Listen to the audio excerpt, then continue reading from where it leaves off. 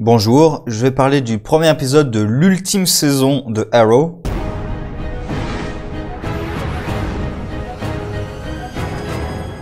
Alors, comme je l'avais évoqué dans d'autres vidéos, notamment Batwoman, j'étais extrêmement hype pour l'adaptation de Crisis on Infinite Earths dès le crossover, mais avec toutes les news qu'on a eues sur le retour par exemple des acteurs de Smallville en partie, sur tous les Superman qui vont se réunir, enfin toutes les news qu'on a eues sur le retour de plein d'anciens personnages, j'étais de plus en plus hype. Et vint enfin ce premier épisode de Arrow, j'ai adoré.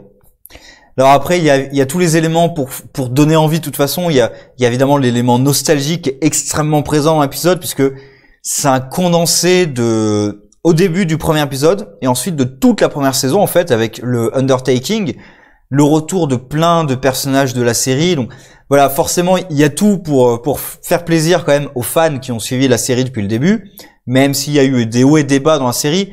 La première saison et la deuxième saison, pour moi, ça reste les deux gros moments les plus forts de la série, même s'il y a eu du bon aussi après, hein. Mais moi, c'est vraiment les deux trucs qui me restent en tête, avec la deuxième saison avec Deathstroke, évidemment, même l'introduction de Barry Allen, de Flash, dans la deuxième saison. Donc, on voit Oliver qui arrive sur une terre parallèle, envoyé par le Monitor. Au départ, il y a un petit doute sur est-ce que c'est le Oliver de la terre parallèle ou est-ce que c'est le Oliver de la Terre 1 qui se retrouve dans cette terre parallèle. Pour moi, il y a un petit doute. Quand il retrouve sa famille, Tommy, sa mère, etc., la façon dont il accueille Malcolm, par exemple, on a déjà un petit doute de est-ce que ça serait pas le Oliver de la Terre 1. Et après, bon, quand il sort la photo, quand il parle de son enfant et tout, on comprend bien que c'est bien le Oliver de la Terre 1 qui arrive ici. Donc certainement que le Oliver de cette Terre est mort. Il y a pas mal d'allusions aussi à Batman. Enfin, il y a pas mal. Il y a deux grosses allusions à Batman, mais quand même, la première est énorme. À la place du masque de Deathstroke, on a le masque de Batman avec une flèche dedans. Et ensuite, on apprend que le Hood, donc la version de Green Arrow de cette Terre, a été formé par Bruce Wayne, donc par Batman. Donc voilà, il y a quand même une grosse présence. Une grosse présence de Batman depuis le début de la série, en fait. Le nom de Bruce Wayne avait déjà été évoqué. Certes, Batwoman est sorti entre-temps, donc ça diminue un peu l'impact, mais quand même, c'est la première fois vraiment dans la série Arrow qu'on évoque aussi fortement Batman, à part dans le crossover Batwoman. Et l'épisode... Alors, il y a une partie de l'épisode que j'ai pas trop appréciée, qui est toujours la même que la saison précédente, c'est le futur. Je trouve toujours ça inintéressant. Alors, s'ils en remettent une couche ici, j'imagine qu'ils vont l'utiliser dans le crossover, parce que sinon, vraiment, ça servirait à rien. Peut-être un truc du genre les enfants qui vont essayer de sauver Oliver, ou alors on va découvrir à la toute fin que Oliver est peut-être pas vraiment mort dans le futur et qu'eux vont le chercher. Je sais pas, mais comme la série est censée s'arrêter au moment du crossover, c'est-à-dire le dernier épisode, ça sera un épisode du crossover, ça sera peut-être en toute fin de saison, on va se rendre compte que en fait il est pas vraiment mort. Donc à voir comment ça va se passer, mais s'il y a le futur, ça laisse soupçonner qu'il va y avoir des trucs sur le futur d'Oliver qu'on va encore découvrir. À voir, mais pour l'instant, je trouve tout ce qui se passe dans le futur, en tout cas, inintéressant. Tout ce qui se passe dans le présent, par contre, ça me plaît. Et c'est pour ça aussi, ça fait une interruption, en fait, dans quelque chose que j'aime. Il y a une interruption pour me montrer quelque chose qui est juste pas terrible. C'est, par exemple, les types qui entrent, qui capturent quelqu'un, ils ont des armes automatiques, il y a aucun blessé, il y a aucun mort. Alors, c'est peut-être pas leur but de tuer des gens, mais bon, voilà, quoi. Les mecs, ils se tapent dessus à main nue alors qu'ils ont des armes automatiques. Enfin, c'est pas la première fois, hein, mais à chaque fois, ça me fait toujours un truc un peu bizarre, quoi. Ils ont des armes automatiques, ils vous tapent dessus à main nue.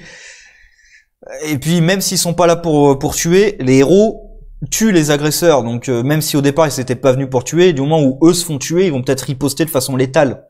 Enfin bref, tout ça, c'est du détail, hein, dans le futur. Le présent, c'est vraiment ce qui est intéressant. Avec quelques retournements qui sont visibles, hein.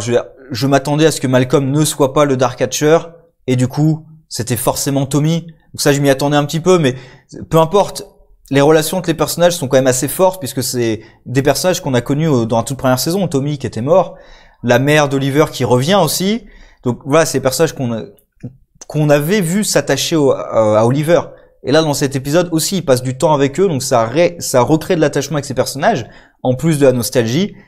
Et évidemment, la toute fin, que j'ai adoré, qui est pour le coup, voilà, la première irruption de la Crisis, vraiment. Je savais pas s'ils allaient oser la mettre aussi tôt dans la série, mais si, voilà, c'est exactement ce que j'espérais, c'est-à-dire, ça va préparer le crossover. Donc ça va vraiment être l'arrivée jusqu'au crossover, et la menace, elle est présente tout de suite. Elle est aussi présente dans Flash, mais j'y reviendrai quand je parlerai de Flash. Mais je trouve que là, la menace est vraiment palpable, puisque... Alors c'est un peu grossier la façon dont c'est fait, hein, parce qu'on voit Oliver qui est devant sa mère, qui est immobile, alors qu'il y a le truc qui vient la dévorer. Pareil, Tommy qui sort de la salle, qui court face à Oliver, et qui s'arrête pile devant lui, sans bouger, en attendant que la vague d'antimatière le dévore. Bah, c'est juste pour que, justement, créer un attachement émotionnel avec Oliver, et faire que cette crisis soit vraiment personnelle. Parce que nous dire qu'un monde a été détruit, c'est une chose. Mais avoir des personnages qui est attachés aux héros, qu'on a eu le temps de voir un petit peu, mourir sous ses yeux, ça, c'en est une autre. Ça a un impact un peu plus fort. Et aussi, pour le personnage, pour Oliver en lui-même, c'est aussi beaucoup plus fort. Ça a lui donné une raison personnelle, encore plus que juste sauver le monde. Là, vraiment, il a un enjeu là-dedans. Donc, je trouve ça vraiment très bien fait. Alors, ils ont récupéré aussi Black Canary, donc ça fait plaisir d'avoir une Black Canary dans l'équipe. Donc voilà, enfin pour l'instant, vraiment, à part le futur, j'ai quasiment rien à reprocher à l'épisode. Je suis sorti de là avec un très grand sourire, même si bon, c'est la mort de tout un univers, d'accord, mais ça me fait plaisir de voir cette adaptation-là. Et j'attends avec impatience la suite. J'espère vraiment qu'ils vont faire un sans faute, parce que là, c'est vraiment la saison qui est concentrée sur la Crisis. J'espère qu'ils vont pas essayer de trop dévier ou quoi que ce soit, qu'ils vont faire voilà des passages nostalgiques sur le passé de la série, très bien. J'espère qu'ils vont visiter d'autres univers parallèles, parce que là le Monitor l'a envoyé chercher donc je crois que c'est des particules d'une étoile naine. Alors soi-disant qu'on peut trouver nulle part ailleurs que sur cette Terre.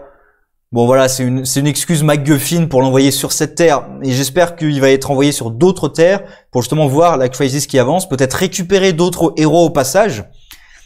Peut-être même les héros de Smallville avant la Crisis, donc à voir exactement tout ce qui va se passer. Mais pour l'instant, je suis très satisfait. J'ai hâte de voir la suite. Là, de toute façon, ils peuvent pas taire la Crisis, parce que là, ils l'ont vu de leurs yeux. Ils l'ont vécu même. Il y a Black Canary, toute sa terre a été détruite. Donc, ils l'ont vécu dans leur chair. Donc, ils peuvent pas juste taire l'événement. Donc, forcément, ça va être un élément principal de tout ça. Et à côté, il y aura le futur, qui est un peu comme la saison précédente. Et là, mais je sais pas tellement pourquoi. C'est pas génial, c'est pas mauvais non plus, mais voilà, c'est juste là. Bon. Sur ce, au revoir.